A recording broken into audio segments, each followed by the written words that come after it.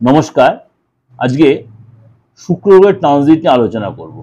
শুক্র গ্রহ এই মুহূর্তে বসে আছে আপনার তুলা রাশিতে।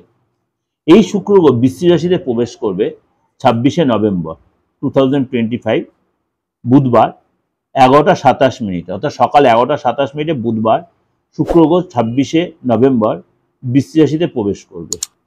সুতরাং এই শুক্র গ্রহ যে প্রবেশ করবে থাকবে হচ্ছে আপনার 20শে ডিসেম্বর পর্যন্ত। 20শে ডিসেম্বর বৃশ্চিক রাশি থেকে বৃশ্চিক রাশি পর্যন্ত থাকবে।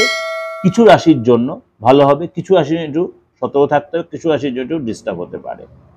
সুতরাং 12 রাশির ক্ষেত্রে কিন্তু তার এফেক্ট হয়। বৃশ্চিক রাশির ঘরটা হচ্ছে আপনার মঙ্গলের ঘর। সুতরাং এই বৃশ্চিক রাশির ঘরে যে শুক্র গ্রহ গোচর করবে সেখানে অলরেডি বসে রয়েছে সূর্যদেব, মঙ্গল, অর্থাৎ গ্রহের সেনাপতি মঙ্গল এবং সূর্যদেব, গ্রহের রাজা সূর্যদেব সেখানে বসে আছে।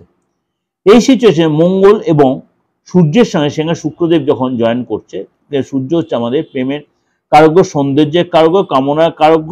এই সে সূর্য শুক্রের সঙ্গে যুক্তি তৈরি হচ্ছে, অর্থাৎ ত্রিগ্রহী যোগ তৈরি হচ্ছে।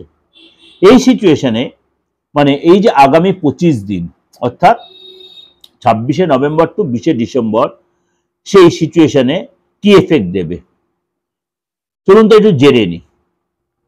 মকর রাশি, মকর রাশির জন্য আপনার পঞ্চম আর দশম ভাবের কারক গ্রহ হচ্ছে এই শুক্রদেব।